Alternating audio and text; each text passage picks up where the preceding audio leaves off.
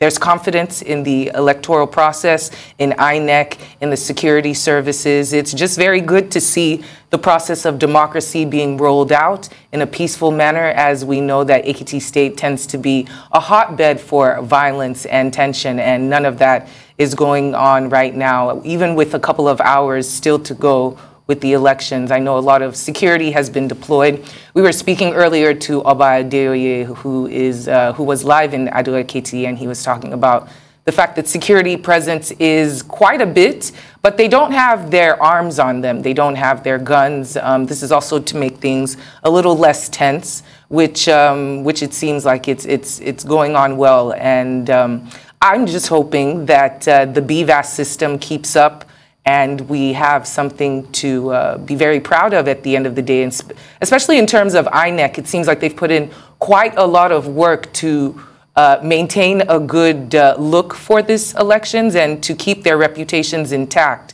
We haven't heard too many issues of vote buying, no issues of chaos or skirmishes. Only one issue that we saw with one of the machines, I think that had to be rebooted. So yeah, you know, with machines, general, just a quick restart will suffice. How it does. Or you connect to another internet service provider. But yeah, funny enough, Biodun Adeniyi sounded just like Governor Kaide Fayemi. They were speaking the same language, same confidence.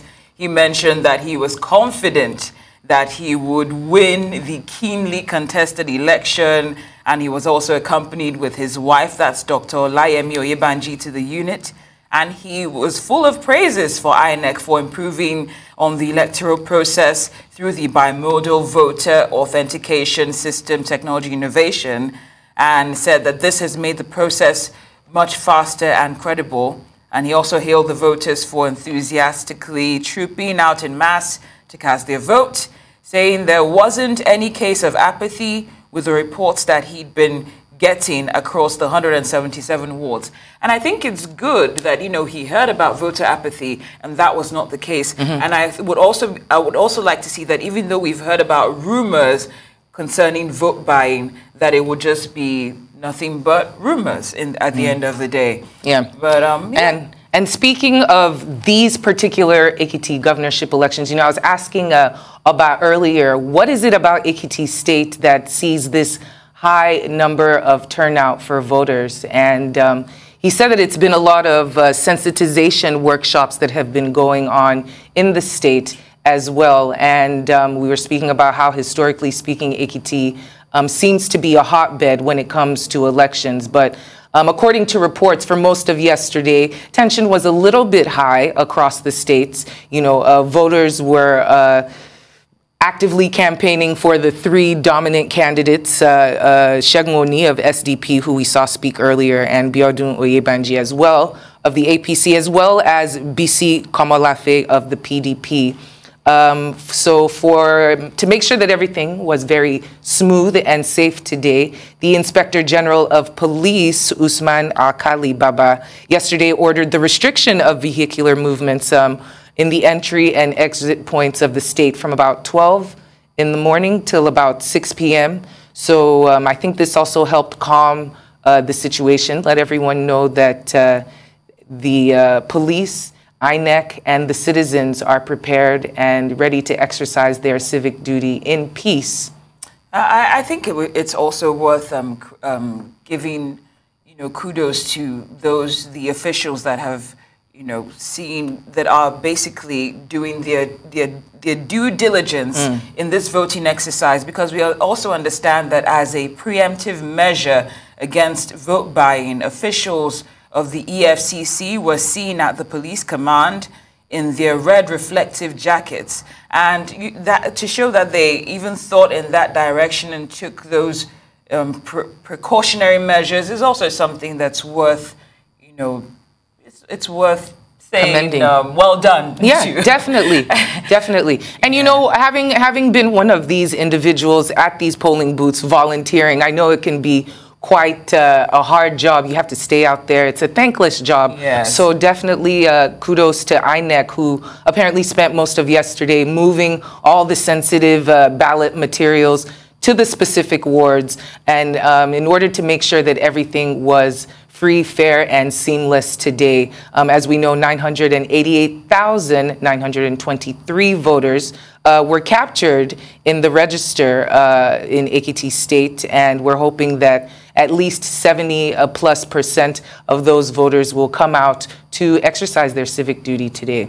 Indeed, a lot of people, many members of the electorate actually showed up early, and there were reports of the slow accreditation process at that time. But things, I think, eventually picked up, like we saw at Ni's location at, in F4. They were done. That could also have to do with the fact that, there aren't as many people compared to Oba's location in Ado Ekiti. And, the fact that they came out in mass could also be an indication that voter apathy might be overhyped.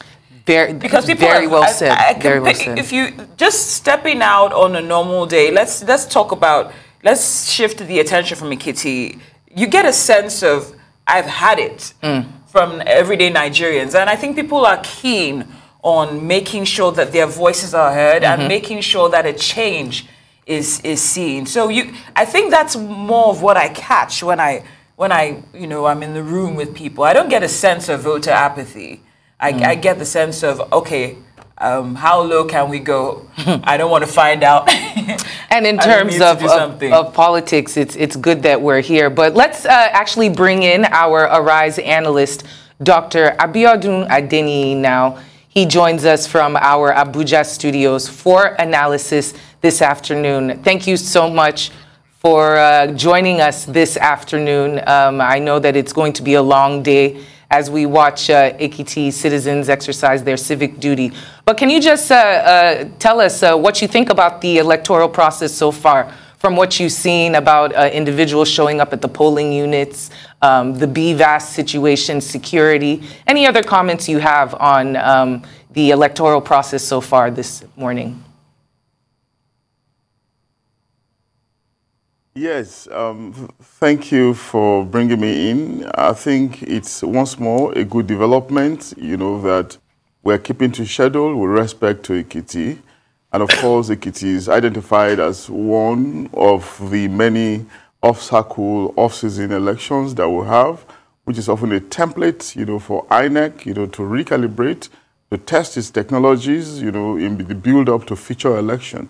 In this case, in the build-up to a Osun election, and most importantly, the general elections, coming up February next year. So it's good development that we're having it, and of course, most importantly, again, we're having issues arising, but of course, these are problems that we ordinarily expect, that will attend the beginning of every election process, maybe delay arrival of accreditation officials, of electoral officials, malfunctioning of technology. We've had it with the card reader before, and we're having it in instances now with the BIVAS.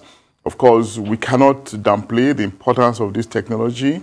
If the quality of our election has to improve, especially in our bid to make sure that elections are free, fair, credible, and transparent, So we need, to continue to try these technologies. It's very difficult to imagine that technology will be excellent in all situations.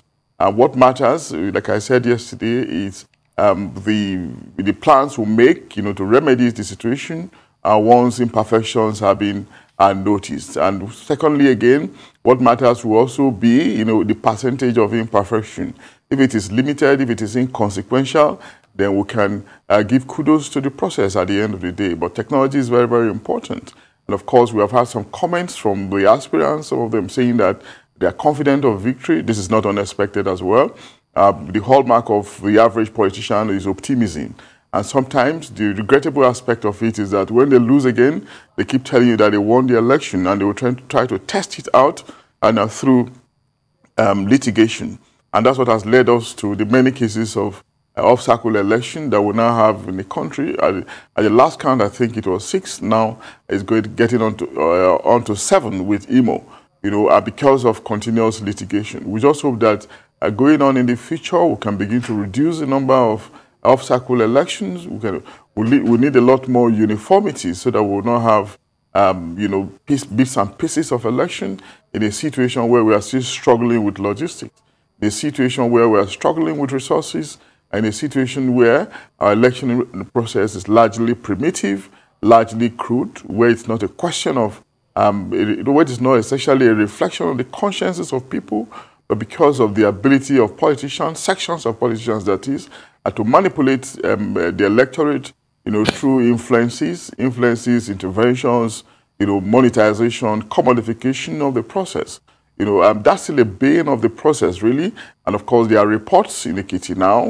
There are voters are being bought. This is not unexpected. It is the hallmark, the downside of our election. And of course, we saw instances of it even at the delegates election, with respect to the presidential primaries, where money were reported to have exchanged hands, and there are credible evidence to prove this. That's another question we'll continue to ask ourselves: for how long are we going to continue this route? Then how do we do away with it? Should it be one of deliberate conscientization, sensitization, such that the people will be made to realize the importance of their vote, of their civic responsibility, as their power to decide who leads them, and that power should come from a free will, freely from their own conscience, not because of naira and kobo, as the case could be. And of course, apathy might be expected in some instances. I dare say that there's no election that you will not see sections of citizens being apathetic. It is not illegal, it is not uncommon. Deciding not to vote is a decision in itself, which means invariably that you're going to accept the outcome of the election at the end of the day because you fail to exercise your franchise. But what matters again is for us to have a large percentage of those who have registered to vote are coming out to vote. It just shows that, the democratic culture is sinking. It shows that people are becoming enthusiastic. And of course, it could go the politicians, the leaders, it will go them more towards transparency and accountability, which is very important in a government that will be seen at the end of the day as productive and effective. And of course, the hallmark, of the understanding that the people and the state has, which is also in line with the Levantian, as the case could be, Hawa and Cynthia. Dr. Adeniyi, thank you so much for your, or I should say Professor Adeniyi, thank you for your assessment so far. But we've heard a lot of talking tough on the parts of the three major candidates today, the SDP, the APC, and the PDP. I'd like to ask you your assessment of those candidates, what you think their strengths and the weaknesses might be. Okay, maybe we should start from the major candidates that I'm actually familiar with. I know there are quite a number of candidates, maybe 16 or 18, but I'm familiar, maybe like the average member of Nigerian public, maybe average observer of the electoral process in Ekiti. I know of SDP candidates, former governor, Segun Oni, has been around, the Ekiti political circles over the years, wanting to return to power after they lost it in the first instance, through the courts, to Governor Kayode Fayemi. He hasn't really been disinterested or uninterested in the process. He's been around, and of course he ran again on the ticket of PDP in the last primaries, but lost and emerged as SDP candidate. SDP used to be a great party those days, in the days of the legendary Moshood Abiola, but of course the fortunes of the party has declined over the years, and I don't know how his reputation will be able to ramp up its influence in Ekiti such that he will be able to upstage, the other behemoths, the APC and the PDP. So yes, he's there, he's noted, he's formidable, but I doubt if he's going to be close to the mark, with every due respect to him. But for PDP, yes, that's a very strong candidate, strong party. Of course, they led the state before Governor Fayemi came on board, through the personality, a very strong personality like Fayose, like Governor Fayose, and of course, Governor Fayose has also been very, very interested in who governs Ekiti after he left. He once, supported his deputy, but of course, he was beaten by Governor Fayemi, and now he's interested again, understandably, after a rancorous primary year, where Senator Biodun Adeniyi featured, and he stands. The PDP candidates, BC stands a very good chance because of the structures, the networks they have, and because of the personality of his main backer, who represented in Governor Fayoche.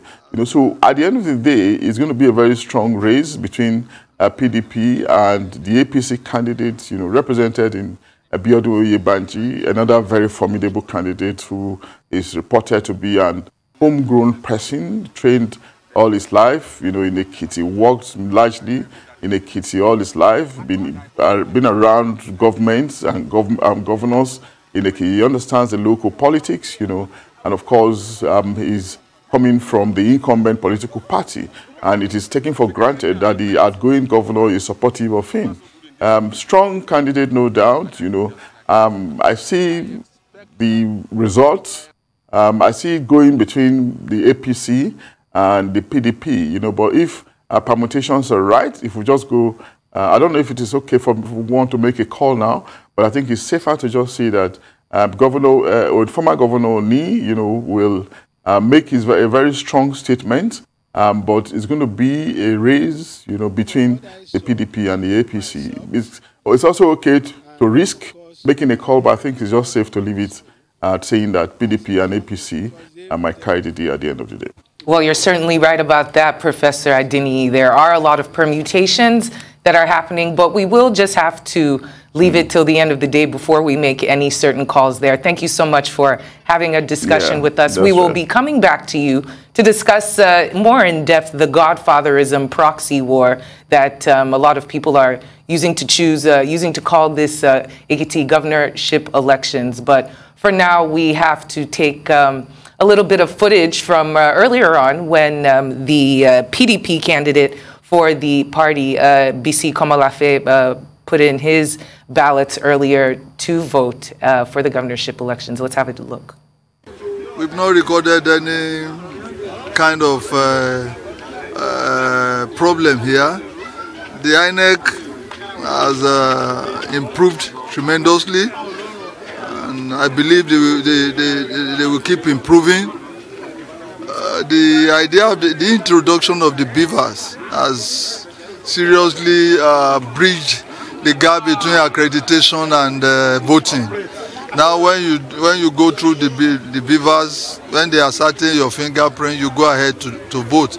Unlike before, when you will have to do accreditation and go home, then you come back later. You understand? You do it almost immediately now. But we still have some lapses. A situation where somebody's finger cannot be ascertained, fingerprints cannot be read. It's not the person's fault. So they should still work on their system to ensure that there is a way of, there is a particular man that came very early this morning and he just left after hours of waiting, after hours of trial. They could not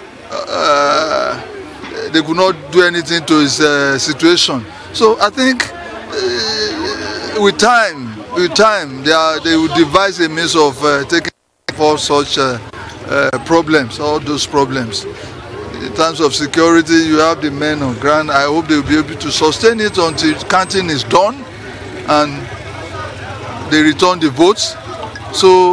But so far, you can see people hanging around for the counting and before they go home and ascertain what has happened to their candidates here. All right, BC Komolafe there speaking about the process of voting today in the Ekiti governorship elections. We are still joined by Professor Biodun Adeniyi, who is the head of mass communications at BASE University in Abuja. Welcome back. Thank you for staying with us. So before we took this brief break to see Mr. Komolafe discuss the elections, I was talking about the fact that these elections are being called a proxy war of godfathers. Of course, we know that Segun Oni of the SDP does not have a godfather, but Biodun Adeniyi of the APC, Kayode Fayemi has been touting his good graces for for months now, and also BC Komolafe of the PDP. Former Ekiti State Governor Ayodele Fayose has been championing him as well. So those are the three top contenders. Can you tell us more about the permutations of godfatherism and the politics of this in our country, especially in Ekiti State? Yeah, thanks a lot for having me back. I don't think godfatherism is strange in our country. It's just one of those things that happen in processes where you rely on mentor, you rely on somebody to, guide you, rightly or wrongly through processes. And it doesn't mean that you are weak in yourself. It just means that you are having regard. You have regard for some ancient, for some hierarchy, for some kind of experience, for some kind of influence. And sometimes it happens consciously, sometimes it could also be unconscious. But Nigerian politics, has not been shy of godfatherism. In other climes, sometimes it may not come in the form of individuals. It may come in the form of institutions. It may come in the form of systems, coming up to shape you, to back you, to support you through this kind of processes. So it can actually be legitimate as long as it's not, it doesn't run against the grain of rules and regulations. But in our own case, we have seen instances of it. It's not just peculiar to Ekiti. We have seen it across the states. We've seen it in Kwara State, for instance, in Kano State, for instance, and of course, most popularly in Lagos State. So if Ekiti is having its own variant, it's not unusual. It's just making it all the more interesting. And of course, in the last decade or so, more than in a little over a decade, Governor Fayemi and former Governor Fayose have been the main names, featuring in Ekiti politics. You don't forget their respective pedigrees. After the gentleman Ni Adebayo stepped aside, it's been Fayemi, it's been either Governor Fayemi or Fayose. You don't forget their individual pedigrees too, very strong pedigrees. One of them in the academia, in the pro-democracy struggle.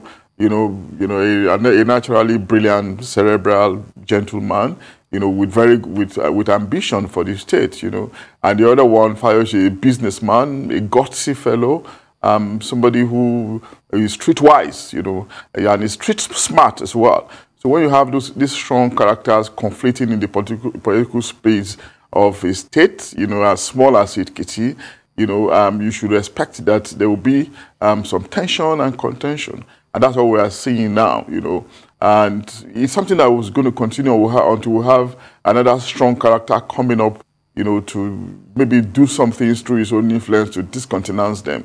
It can actually be very difficult, even on a larger scale, sometimes when godfathers died, you still see their ideology, their influences continue even years after they have died. And that's why we still refer to the tripod on which the evolution of Nigerian politics stands. Even years after they have gone, I'm talking about Chief Obafemi Awolowo, Sir Ahmadu Bello, and Dr. Nnamdi Azikiwe.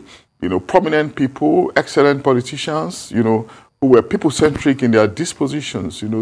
They exhibited good leadership qualities, and that's why often difficult to forget them. So in contemporary times, we're having semblances of these people at different corners, either at the federal level or at the state, regional, or local, even local government levels, So it's a character of any democracy, any system, But what matters really is when godfathers, take advantage of the system, maybe of the state, to give undue advantage to their own, to their protege. As long as this does not happen, as long as the atmosphere is free, seem to be fair, seem to be very credible, I think it's something we'll continue to enjoy, as the case could be Cynthia and Hawa. Professor, I must say I'm definitely enjoying this analysis that you're giving us. And I'd like to, tap into your professorial abilities right now and ask you about some history. Ask you about some history regarding the Ekiti elections. What makes this particular exercise different from what you've seen in the past? Well, I think it's very, very interesting for so many reasons, you know, and thank you for your comments, you know. Very interesting for so many reasons, you know, but it's the hallmark of festivals, really, which democracy is, I mean, which election is, you know. At this time, you expect the electorate to come out and exhibit, you know, their rights, exercise their franchise, bring out their self-esteem, because this is the time they are reminded of their power as people that will determine who leads them for the next 4 years. So in this regard, at this moment, you know, they have that power. You know, it boosts their self-esteem, and of course, it is integral to the description that we often give democracy as something that is being inclusive, something that is integrative. So when we're talking about inclusion and integration, it's not just in the physical, it's also in the psychological. But in our own case, where we have an electorate that is weak and feeble, you know, they only enjoy the inclusion largely because at the psychological level, when they come to exercise their power, you know, through the instrumentality of their votes, you know. So the installment we are witnessing now is the Ekiti one, and of course the people are responding very well across the senatorial district, you know, which is a good day for them, as the case could be. But we need to also understand, like I said earlier, that this is the first time in a very long time that either of Fayose or Fayemi is not appearing on the ballot. You know, oftentimes in the last decade, it's just been between them. You know, there's been a two-horse race between these two strong personalities. But even in stepping aside, you know, they are still in the shadows, strong in the shadows.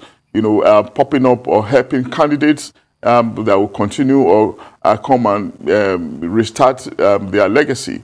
Fayose left about 3.5 years ago, but of course, he still wants his influence to continue, which is why he's interested in who takes over from Fayemi. And of course, you could not expect that Governor Fayemi will look away in this circumstance, you know, considering his person as one who is epistemic largely, one who is disposed to, you know, continuing in the political atmosphere. Do not forget that he ran for a presidency. He still has interest as a relatively young person in the future of this country. And of course, he recently launched a book, you know, letting us know that the task is not yet complete, you know, which means he still has miles to cover. So Ekiti has been lucky as a very forthright state, foremost in many regards. In terms of education, some of the most educated citizens in this country are from Ekiti. It's also known that some of our best lawyers are from Ekiti. Remember, the legendary Chief Afe Babalola is from there, you know, and of course the activist, human rights activist, foremost one for that matter, Femi Falana is also from Ekiti. And there's another strong senior advocate, I can't remember his name now, you know, it's also from Ekiti. Many of them like that. In the academia, at the time, they had the highest number of professors in this country before Imo State took over.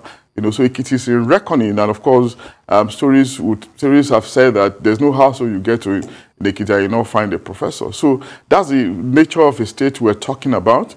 You know, so if in other spheres of life, you know, they have gotten it right, you know, that of course, in politics, you expect them to also get it right, you know. But we have people who are representing them in the political fronts, you know, coming up to display their might, you know. In displaying it, what do we expect? Peace, you know, tranquility and success at the end of the day. And that's what we can only hope for at the end of this electioneering process, Cynthia and Hawa. Very well said, Professor. And thank you for bringing up the fact that Ekiti State has the highest number of, or a very high number of professors. It seems like there's a very well-educated population in Ekiti State, and historically speaking as well. I'm wondering if that has any correlation with the turnout of voters that is seen every time in Ekiti State. We know that it has the largest amount of registered voters in the country, with over 900,000 who have registered. They are said about 70% might actually turn out. But we also know that individuals have been turning up. We saw them in the polling units this afternoon. They were smiling, they were laughing, they were calm. Reports are saying that individuals trekked about 18 kilometers from their houses to show up at polling units in order to exercise their civic duty. And we know how Ekiti State is always used as the litmus test in terms of how these elections will go. Seeing as all this data that we have from today, what could be the possible rollout for the other governorship elections in the state? And is it the fact that Ekiti State has such a high number of educated people? Is that a factor in the voter turnout today? Well, it might be very difficult really to make a correlation between the level of education of the people and how well they are responding to the needs. I mean, how well they are responding to the election. Sometimes they are two different things. Sometimes even the more educated you are, the less likely you are interested in the politics of your nation. Sometimes it even makes you to be very apathetic, you know, because you are questioning everything. You are being critical of every process.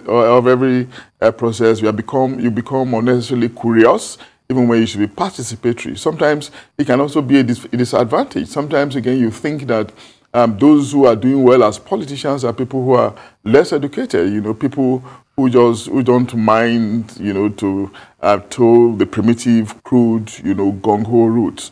And you just think that because of your level of sophistication of the mind, because of the fertility of your mind, you cannot condescend to those levels. So sometimes the educated make this mistake, and you leave the political space, you know, for those who you think are less educated, those who you think are rather, you know, who rather do the bolekaja style, permit me to use that word, you know, who rather go on the street and fight it out, you know. And again, it could just be a case of the renewed consciousness. It could be a factor again of what happened in the build-up to the election, in the pre-election stage. Maybe there was more mobilization on the part of INEC. Maybe there was more mobilization on the part of the individual political parties trying to create sensitization, trying to mobilize their prospective voters, you know, because you can make the point that your vote counts, you know. If you do not, your vote may be the one that will make the difference. So don't let it uncount, you know, make it matter. Go and vote. You know, it is possible that some of these individual parties, the candidates themselves, have been on the streets, you know. So many things might have been responsible. And of course, INEC itself has always been doing its level of voter education, sensitization. And that's why we say that in doing all of this sensitization in the pre-election stage, let it not just be the raw campaign for you to come and vote. Let it include how you should vote. You know, you should vote freely with your conscience intact. You know, do not allow it to be soiled, you know, by some momentary gratification, you know, that will influence your decision and at the end of the day affect your life in the next 4 years. You know, that's why we're talking about a holistic kind of campaign, one that goes beyond the physical aspect of asking you to come and vote, you know, to the character of your vote, the behavior of your vote, you know. And going forward, this might be something that we need to put in mind so that the accusations of voter buying, you know, voter inducement, you know, might begin to reduce as the case could be. You know, so but again, we need to remember that sometimes decision on who to vote or not to vote for can be very spontaneous. Some people, it is possible, will have decided, you know, 6-7 months before the election. Some people will decide 2-3 months before the election. Some people, you know, may just decide on the spur of the moment, or maybe just after the convention, you know. Aspirants might benefit from convention bounds, you know. And do not forget, again, the behavior of the voter sometimes can be very, you may say it's irrational, but again, you will not be wrong. You know, they may just say, oh, I like this man because of the way he talks. I like the way he dresses. I like him because he attends my church. He attends my worship in the same mosque. And all things that you consider intangible may just be what will determine how they will vote, you know. But in our own system, most of the time, it's whether or not it's from my tribe, you know, whether it's from my religion, you know, we are from the same city, the same village, and all of that. So many things, you know, will often determine who a candidate will vote for, and may not necessarily be education. But education can be very instructive too, because it allows you to be able to make your choice, you know. But in allowing you, let's not forget the fact of being overly curious, and that curiosity can also be a danger in some instances. But in the Ekiti case, we can actually place our mark on it, you know, no doubt. But at the end of the day, I think it's just going to be a conflation of many factors, Cynthia and Awa. Very well said, Professor Adeniyi. Now, I'd like to shift the attention to the room for improvement. You know, we heard one thing that you mentioned, I think it's very important to note, is that every vote counts. And we heard from the PDP candidate there, Bisi Kolawole, who mentioned that there was a man whose fingerprint wasn't, they couldn't read it, and he basically went home. So just using that as a, you know, as a premise, what can be done better for the next election season in Ekiti State to make sure that everyone feels a sense of, like, their vote actually counts? Yeah, do you know, when we're using technology, sometimes it's difficult for us to attain perfection in one fell swoop. You know, technology is an inanimate process. You know, the human being is we are trying to transfer our ability onto another object, an object that is inanimate. So it takes process to construct, and even when you construct it, it can take time, you know, for you to get used to it. And that's the hallmark of the age we are in, the age of artificial intelligence, you know, of the Internet of Things, of augmented reality, of hypertext document. And that's the age, you know, that INEC is probably thinking about and trying to fit us properly into the system by introducing technology into our electioneering process. So it's the way to go, you know. It might come with these hitches, these glitches, you know, but it's certainly the way to go. There's no aspect of our life that the technology is not involved. And in every aspect, we still struggle, even on a daily basis, you know, with this technology. So what matters is how we respond to the downside that we notice. You know, what is the plan B or the plan C, just in case? What are the methods that we put in place towards remediation? Do not forget that the device that we're using is something that is also common to us at immigration points, you know, the one that National Identity Management Body is also using. And sometimes when you approach these authorities, you have difficulties. They will ask you to clean your thumb, clean your fingers again and again. You know, even at immigration centers of sophisticated countries, you still have these hitches, you know. And those ones are able to manage them because the number of people coming at every one time may not be that much, you know. But we're talking about election here, where we have hundreds of people coming up at the same time using one machine. So you expect that the machines, you know, will react, you know. But in reacting, it's also we also expect that it will be a positive one, a productive one, so that people will not complain, you know. But so what's the argument I'm making now? I'm saying that technologies can be very complicated, but we have to be patient with them for us to perfect it. And I often cite the example of the aeroplane. You know, it was created, you know, 1903, if I'm not mistaken, by the Wright brothers. You know, but many years after, we're still struggling to deal with it, to avoid crashes completely. But it's still unavoidable, but it has not stopped us from flying. You know, and so many other technologies of living as well, you know. What about the car? The motor car is an invention, of course, that has helped to movement. But despite attempts at perfecting it, you know, there are still one kind of error or the other. And of course, we still witness crashes. But it doesn't prevent us from riding in them, you know. So if all these technologies are upon us, we're using them, you know, we should be patient with technologies of voting as well. With time, we'll get used to it. Our mobile phone is a technology of communication, but it still comes with its downside, sometimes network problem, but it has not discouraged us from communicating using the mobile phone. Of course, you know, what you'll be losing if you do not use mobile phone. With time, we'll get used to this technology of voting as well. And of course, what matters again is consistency and sustainability in trying, as the case could be, Cynthia and Hawa. You're very right, Professor. Consistency and, you know, the ability to keep on trying, and eventually we will perfect the system. Yeah. I want to put you on the spot now. Earlier on, you did a very great analysis of all of the three major candidates from the SDP, the APC, and the PDP. Now, personally speaking, since you know quite a bit of information about all three candidates and how important they are to their particular communities within Ekiti State, who do you think has the greatest chance of coming out as the winner after today's exercise? Just between you and I. No one else is watching. Sure. Okay. Okay, I will I'll actually confide in you, but please don't tell anybody. I won't. My lips are sealed. Definitely not. Okay. Okay. Yeah, it's okay to zero in on the 3, and of course, I want to believe that Governor Fayemi did very well in Ekiti in the last 4 years, and I want to believe that, the people will want his legacies to be sustained, and if there's anyone that will sustain it, is of course Oyebanji, who was recently the secretary to the government of the federation, and they have so many personalities around them. Senator Bamili Odele Okpeyemi, yes, he ran in the election, but of course, they were able to resolve all the backlash, all the crises that came afterwards, and of course he's on board. So many personalities are on board. They are around Oyebanji, who served Governor Fayemi. So at the end of the day, if you go with incumbency factors, the freshness of the influence of the governor, I think APC might carry the day.